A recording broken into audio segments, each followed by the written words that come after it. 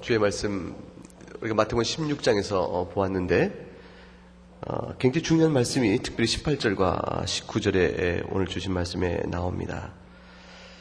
너는 베드로라 내가 이 반석에 내 교회를 세우겠다 이렇게 말씀하시고 교회를 세울 뿐더러 그 교회에 천국 열쇠를 주시겠다 이렇게 말씀합니다. 이 두 절의 말씀, 이 말씀을 잘 이해하는 것이 왜 우리가 11월 4일 새생명 초대잔치 때 사랑하는 귀한 영혼들을 구원하여 교회로 불러야 하는가 하는 이유를 밝혀줍니다. 말하자면 예수 그리스도의 복음을 전하는 것에 그치지 아니하고 전한 자를 왜 교회로 그를 불러와야 하는 것인가 하는 것에 대한 이유를 설명해 준다는 것입니다. 또 이것은 아주 중요한 사실을 말해주죠. 여러분이 학교에서 또 여러 가지 동아리 모임을 가질 터인데 그 동아리 모임 속에 어떤 사람을 초대한다고 생각해 보세요. 그럴 때 그 자가 얘기하겠죠. 나는 너희 동아리에 갈 필요 없이 내가 넉넉히 그 모든 것을 내가 누리고 있다.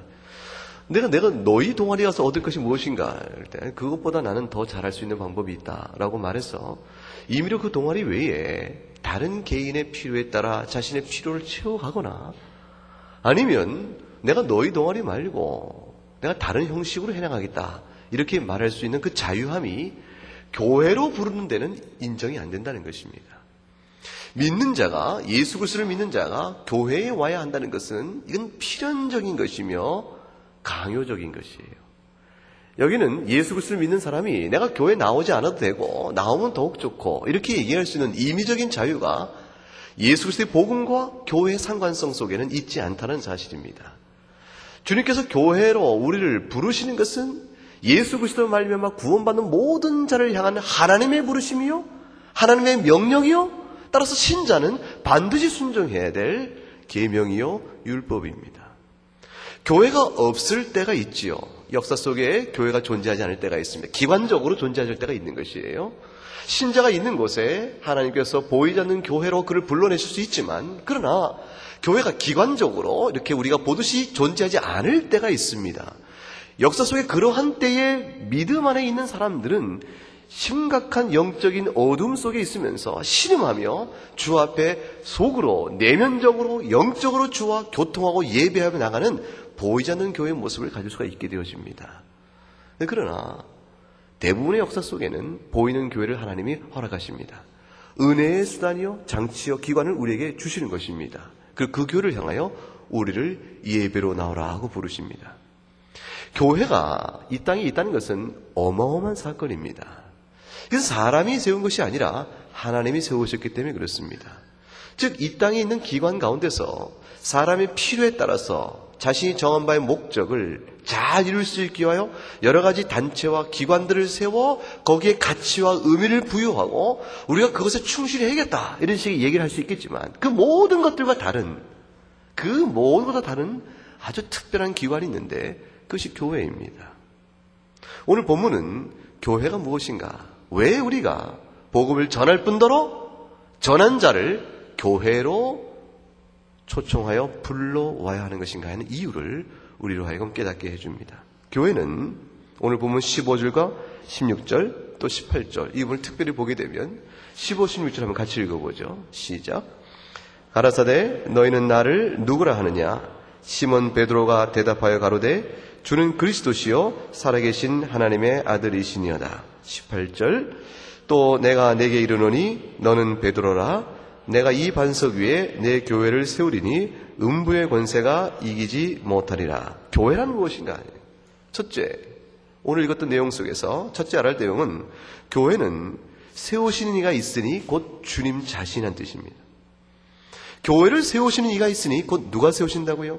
예수 그리스도 그분 자신이 세우십니다. 더 나아가서 두 번째 사실을 잘 기억하세요. 교회는 예수님이 세우실 뿐더러 주님 자신이 교회에 세우시는 이일 뿐더러 교회를 세우는 토석이요 토대요 반석이면서 동시에 그분 자신이 교회 자체입니다. 예수 그리스도께서 우리에게 복음을 주시고 너희가 이 복음을 믿고 나를 믿으면 구원을 얻으리라 해서 나와 그리스도 사이에 서로의 객체요 서로 떨어진 관계 속에서 연결되는 믿음의 고리에 연결될 뿐만 아니라 실제로 내가 예수 그리스도의 복음을 믿고 주 앞에 나오게 되어지면 그리스도와 연합이 되어지는데, 연합의 결과가, 가시적으로 드러나는 결과가 교회라는 것이에요. 그래서 주님 자신이 교회 그분 자체이기 때문에 우리가 주를 믿고 복음으로 구원을 얻는다는 것은 교회에 회원된 것과 일체되는 것이요, 동전의 양면과 같은 것입니다. 이것은 분리적으로 생각할 수 있는 것이 아닙니다. 그래서 내가 교회 회원으로서의 모든 부르심과 그 의무와 권리를 내가 도외시하고 소외시키고 내가 그걸 무시하면서 나 홀로 성경 읽고 내 개인이 그냥 복음을 믿고 알겠다 라는 형태로서의 신앙생활을 한다는 것이 정당하지 않다는 사실을 오늘 본문에서 우리에게 일깨워주고 있는 것이에요. 주님이 너희가 나를 믿음으로 구원을 얻는다는 것은 내가 너를 하여금 나의 백성 삼아, 내가 너를 나의 백성 삼아 하나님의 자녀 되겠다 하는 것은 구체적인 하나의 형상적인 틀 안에서 이루어지는데, 그 형상적인 틀이 바로 교회라는 것이에요. 왜 그렇습니까? 예수 그리스도 자신이 교회의 머리시기 때문에 그래요. 아주 중요한 사실입니다. 오늘 본문에서 베드로 위에 교회를 세우겠다라고 되어 있어서 마치 베드로가 교회의 토대가 되는 듯이 오해를 한 이들이 있습니다. 천주교회는 이 교회론적 이해가 잘못되어 있어요.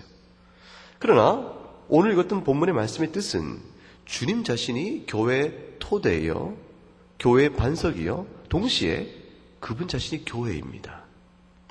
여러분 골로새서 1장 15절과 20절 말씀 보세요.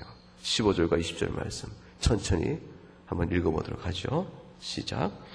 만물이 그에게 창조되되, 아니죠, 15절부터 20절이죠.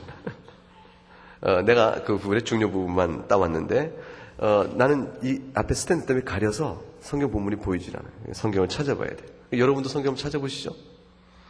잘 보여요? 그래도 한번 열어보시죠. 골로새서 1장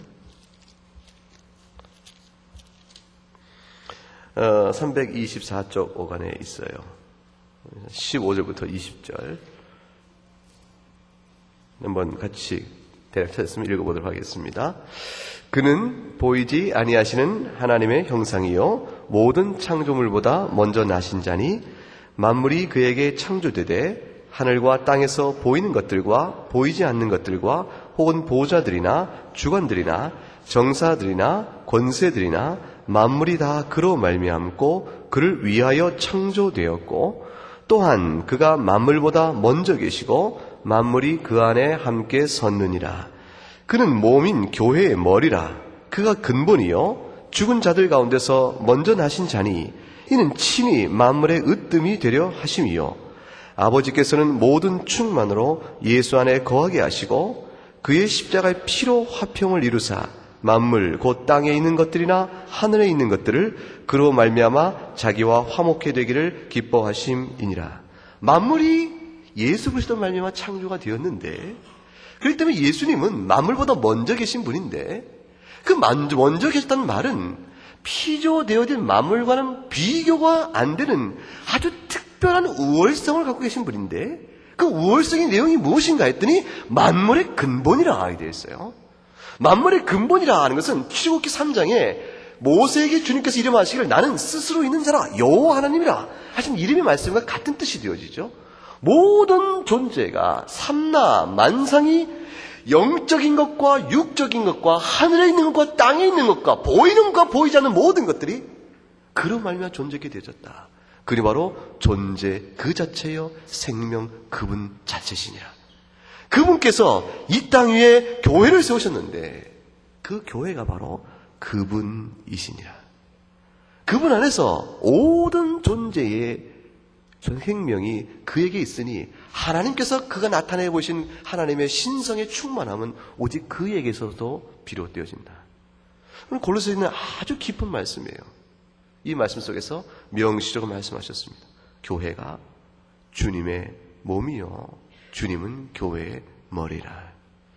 여러분 에베소서 1장을 한번 읽어보세요. 에베소서 1장 20절에서 23절 말씀 보게 되면 이렇게 기록되어 있어요. 같이 한번 읽어보십시다. 시작.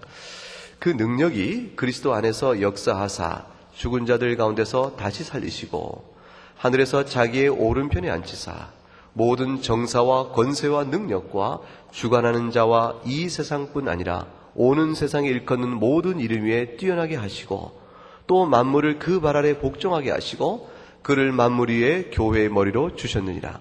교회는 그의 몸이니 만물 안에서 만물을 충만케 하신 자의 충만이니라. 23절 한번 다시 한번 읽어보세요. 시작. 교회는 그의 몸이니 만물 안에서 만물을 충만케 하신 자의 충만이라. 이해할 수 있겠어요? 교회는 그의 몸이라 하는 말은 이해할 것 같죠. 몸이란 단어도 알고 교회란 단어도 알고 그란 말도 우리가 다 압니다. 그래서 얼핏 그 말을 이해할 것 같지만 그 말은 매우 어려운 말이에요. 우리가 주의 몸이라 이 말의 뜻을 묵상하고 묵상해 나가면 아주 신비로운 말인데, 우선 중요한 것은 주님께서 우리를 교회의 구성원으로 불러내시며 그리스도와 연합하여 그리스도의 모습을 나타내 보이는 구체적인 증거로 우리를 드러내고 계시다 하는 뜻이에요. 예수 그리스도께서 지금도 살아 계신가라는 것에 대한 증거는 무엇입니까? 교회의 존재인 우리들이 바로 그리스도를 증거하는 자가 되어져요. 그리스도를 믿으면 과연 영원한 생명을 얻습니까? 라고 말할 때 그 영원한 생명 얻는 진리에 대한 확증이 바로 우리들 자신인 것이, 우리 자신 안에서 죄와 사망의 권세가 끊어지고 죄의 부패한 성품이 우리 안에 없어져가며 우리 안에 거룩과 하나님의 영광의 충만함이 드러나기 시작할 때 우리들 모습 속에서 하나님의 역사요 그리스도의 영광의 모습이 증거되어지니 과연 주께서 살아계시다는 사실이 우리를 통해 알게 되어지는 것이, 또 복음과 교회는 그런 맥락 속에서 연합적인 구조 안에서 한 개체를 불러내어 내가 그리스도 몸에 속해 있음을 말해주는 아주 중요한 관계입니다. 우리는 뿔뿔이 흩어져서 존재하는 자가 아니요, 우리가 육신이 떨어져 삶의 처소는 각기 다를지라도 한 믿음 안에, 한 교회 안에, 한 개교회 안에 한 정해진 장소와 시간을 맞춰 함께 교인됨을 고백하며 모이는 이 모임 안에서 우리는 그리스도 안에 연합되어지는 그리스도 몸으로서 교회의 영광의 맛을 누리게 되어집니다. 신앙생활과 교회 생활은 분리되어 있지 않습니다. 교회 생활과 별개의 신앙생활이 있지 않아요. 무슨 뜻이냐면 교회와 관계없이 예수를 잘 믿을 수가 없다는 것을 의미합니다. 예수를 믿는다는 것은 여러분이 생활하는 삶의 영역 속에서 교회적인 종교생활 이외의 영역 속에서도 그리스도를 믿는 복음의 자태를 드러내야 하는 것은 마땅한 일입니다. 그렇지만 그것 자체로 충분치 않은 것이에요. 교회가 없이도 내 삶의 영역 속에서 그리스도의 복음의 한계를 드러내면 내가 예수를 잘 믿는 것이 아닌가라는 것은 충분치 않다는 것이에요. 오히려 절대적인 필요 조건이 갖추지 않았는데 그 필요 조건이 무엇인가? 교회에 나와 출석하여 교인으로서 살아가는 예배적 행위입니다. 이것이 주께서 교회를 세우실 때에 기관으로 세우실 뿐더러 보이지 않는 교회를 세우시지만 기관으로 교회를 세우시다는 사실 속에 있어요. 모든 자에게 복음을 전하게 하시지만 사도들이 복음을 전한 그 순간부터 교회는 유형적인 모습으로 이 땅의 그 가시성을 드러냈기 때문입니다. 오늘 본문 15절과 16절 말씀을 한번 보세요. 오늘 읽었던 마태복음 16장 15절과 16절 말씀에 특별히 이 말씀이 나오죠. 한번 읽어보십시다. 시작. 가라사대 너희는 나를 누구로 하느냐? 시몬 베드로가 대답하여 가로되 주는 그리스도시요 살아계신 하나님의 아들이시니이다. 주는 그리스도의 살아계신 하나님의 아들이시다. 이 고백 위에 주님께서 교회를 세우시겠다고 그랬어요. 여기에서 그리스도의 몸된 교회를 세워가는 한 중요한 하나의 인간의 활동, 부르신 자의 활동이 나타납니다. 그것이 사도입니다.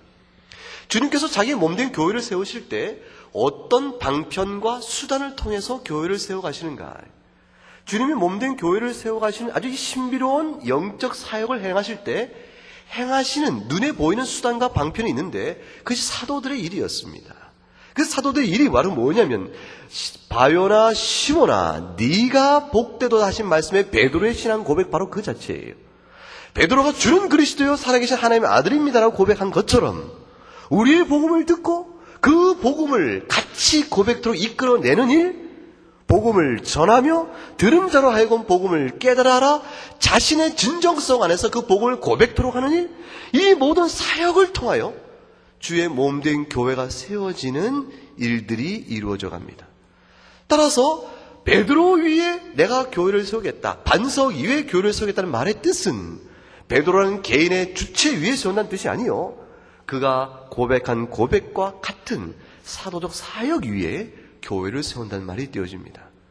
우리가 새생명 초대잔치 때 복음을 전하고 친구를 불러오고 우리가 원하는 사람들에게 구원의 열정으로 그를 불러낼 때, 그를 불러낸다는 것은 번순이 복음을 전한 것뿐 아니라 그 복음을 듣고 심령에 고백하여 사도들의 사역, 그 신앙 고백 위에 교회를 세운다는 모습처럼 고백을 이끌어낸 자들의 한 사람 한 사람 불러 모아 서로 연합된 형태 속에서 교회를 구성할 때 주께서 오늘 약속하신 교회의 가시적인 측면들이 나타나는 것입니다. 이런 예배소서 2장 19절과 22절에 보게 되면 이 말씀이 나와요. 여기서 2장 19절과 22절 말씀 한번 보십시다. 같이 읽어보십시다. 그러므로 이제부터 너희가 외인도 아니요 손도 아니요 오직 성도들과 동일한 시민이요 하나님의 권속이라. 너희는 사도들과 선지자들이 터 위에 세우심을 입은 자라. 그리스도 예수께서 친히 모퉁이 돌이 되셨느니라. 20절에 보게 되면, 앞으로 넘겨서 20절 펴주세요. 교회를 세움에 있어서 사도들과 선지자들을 뭐라고 그랬죠? 터라 설명했습니다. 근데 이 터는 어떤 의미의 터이냐면 참 교회의 모퉁이 돌이 되는 예수 그리스도의 몸을 세워가는 가시적인 방편으로서 그들을 활용하여 쓰신다는 의미에서의 터입니다. 따라서 사도적 사역은 예수 그리스도 자기 몸을 세워가는 아주 중요한 방편인데, 그 방편의 구체적인 내용은 마태복음 16장에서 베드로가 고백한 그 신앙 고백 그 자체입니다. 주는 살아계신 하나님의 아들입니다 라는 그 고백입니다. 그 고백 위에 교회가 세워지게 되어집니다. 여러분, 사도행전 2장 37과 42절에 보게 되면 사도행 처음에 교회가 세워졌을 때에 어떤 일이 있었는가 한번 보세요. 37절부터 42절까지 한 절씩 교독을 하도록 하십시다. 제가 먼저 시작할게요. 저희가 이 말을 듣고 마음에 찔려 베드로와 다른 사도들에게 물어가로되 형제들아 우리가 어찌할꼬 하거늘.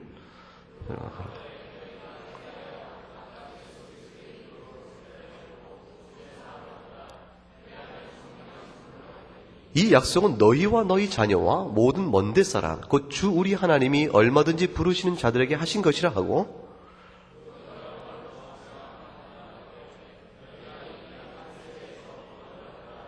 (40절 42절) 같이 읽죠.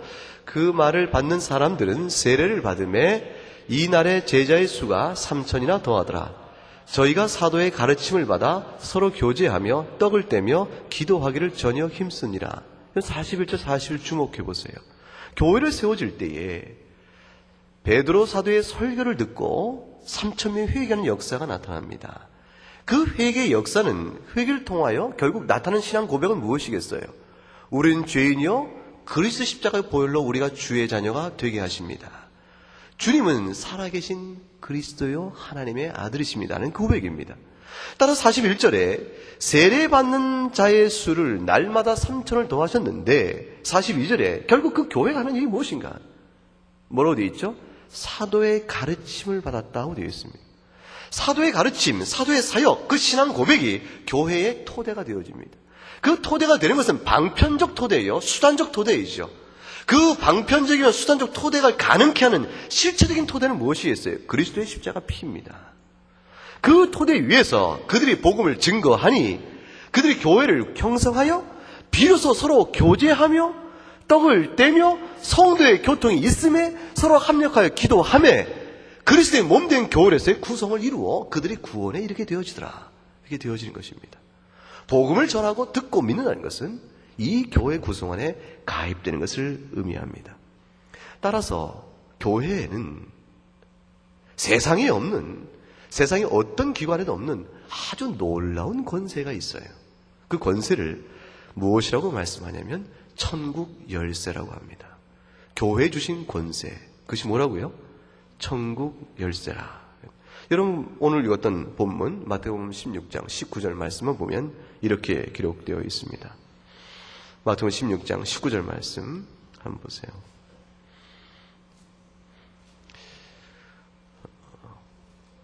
같이 읽어보십시다.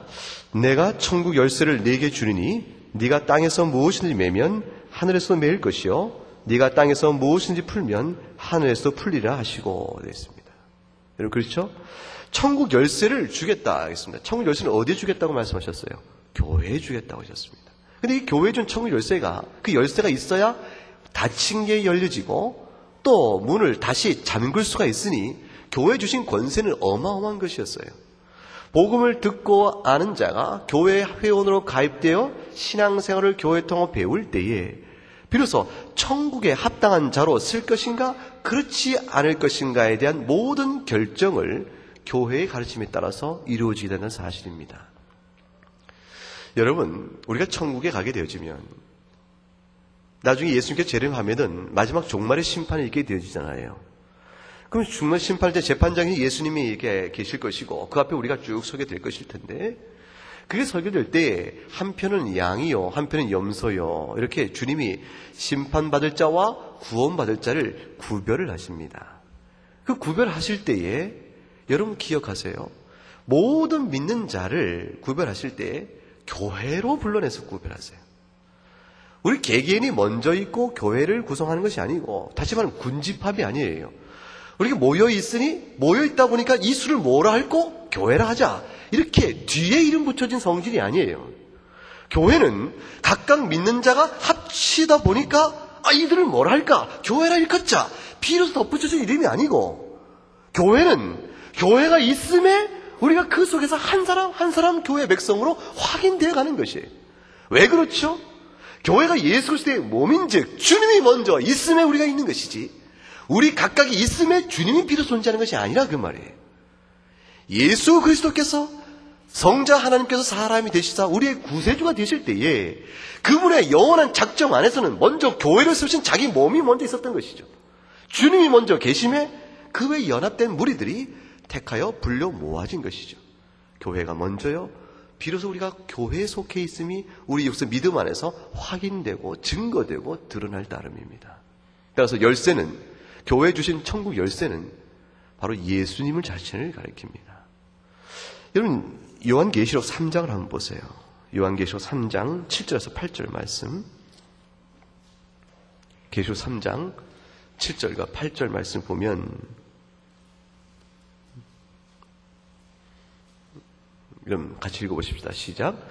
빌라델비아 교회의 사자에게 편지하기를 거룩하고 진실하사 다윗의 열쇠를 가지시니 곧 열면 닫을 사람이 없고 닫으면 열 사람이 없는 그이가 가라사대 볼지어다 내가 네 앞에 열린 문을 두었으되 능히 닫을 사람이 없으리라.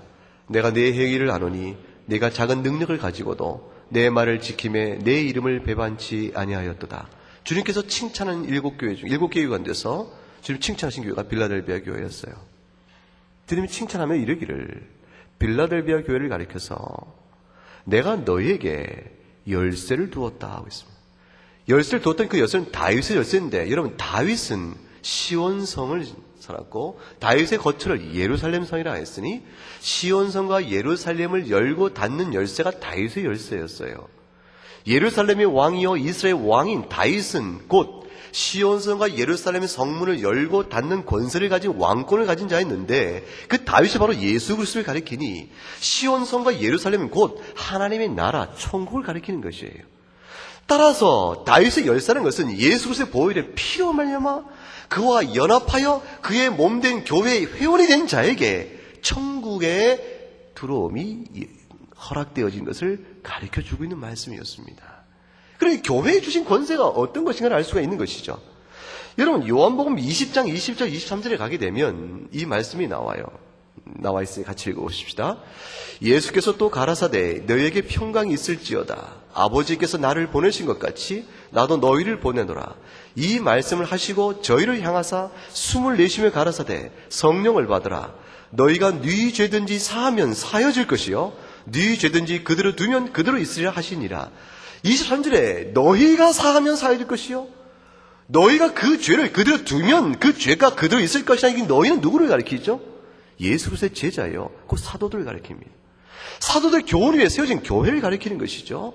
여러분, 교회의 회원으로 있는 것은 교회를 통하여 말씀의 진리를 선포받고 그 말씀의 진리에 따라 바른 신앙생활을 할 수 있도록 교회가 다스려주며 권면하며 그 권면 위에서 그릇된 잘못된 신앙 안에 들어가지 않도록 경계의 교훈을 받고 바른 신앙의 격려를 받으면서 과연 몸된 교회를 세우신 이 기관 안에서 보이지 않는 모든 복음의 은택을 마땅히 누려가는 것, 복음의 선포인 설교를 듣고 주께 정하신 성례를 통하여 세례와 성찬을 통한 믿음을 견고히 해가는 이런 과정 속에서 혹 우리가 범죄하면 교회로부터 치리와 견계의 교훈을 받고 다시 돌이켜 회개함으로 살아가는 교회에 속한 회원됨, 이것이 바로 천국의 열쇠를 가진 교회 주신 권세에 따라 하나님 백성됨에 대한 안정적 인도함이라는 것입니다.